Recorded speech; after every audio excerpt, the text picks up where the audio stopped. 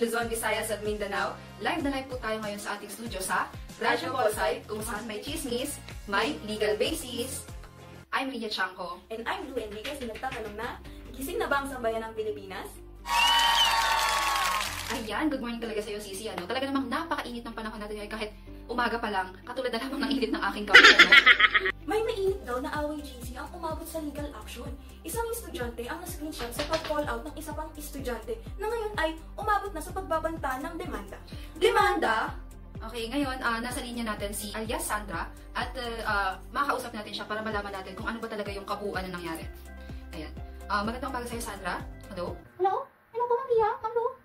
Ganito po kasi yung nangyari. Nag-message lang po ako sa DC kasi same lagi yung sagot lagi ni Maris. Tapos napansin ko po na sa Google na po palagi nakukuha. At sinabi ko lang naman po, stop copy pasting. Ganun po yung pagkakasabi ko. Tapos nalaman ko na lang po, kinabukasan, may post po ako lang sa Facebook. Nakita po yung pangalan ko doon. Tapos nag-take pa po siya ng legal action. Kasi daw po cyber libel na daw po yun. Pero sabihin ko naman po, hindi naman po yung cyber libel eh. Kinamakayan lang po ako po yung mali. Tapos ako pa po yung kakasuhan niya. Ano po ba yung mapapayo niya sa akin? Well, Sandra, salamat sa pag-share ng iyong istorya sa amin. Ayun, partner, no? Diba, nasabi ni Sandra yung cyber libel. Pero, tanong ko, partner, sa'yo, matatawag ba na cyber libel yun? Base sa kinuwento ni Sandra sa atin, sinabi niya lang naman na stop copy and pasting, right? Hindi naman lahat ng ating pag-call out sa isang tao ay katumbas na ng isang krimen. Tama ka dyan, partner. Well, para maliwanagan na ang lahat, tayo, partner, and lalo na rin si Sandra, narito si Atty. Carl Tolentino para ipaliwanag kung meron bang basihan itong reklamo kay Sandra. Well, Ria at Lu, wala talagang matibay na kaso dito. Under Article 3, Section 4 ng ating Constitution, protected ang statement ni Sandra, lalo na kung totoo at in good faith ang nasabi niya.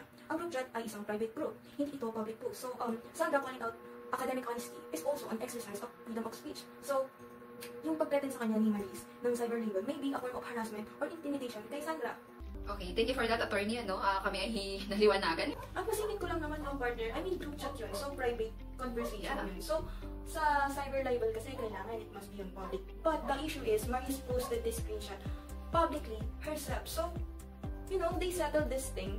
Sandra raised this thing privately naman sa group chat nila. You're right, partner. Kaya hindi porket tayo ay na-offend ay may karapatan na tayong magpa-blatter. This also could represent that our feelings aren't facts. We should know the Constitution well. Yes, this thing could backfire on us. Well, exactly, at the end of the day, may freedom of speech yan. May freedom of speech ako, may freedom of speech si Sandra, and si Maris, tayong lahat. That's our chika for today. Well, partner, anong punchline natin today? Kung di mo kayang ma-call out, baka kailangan mo ng Log out!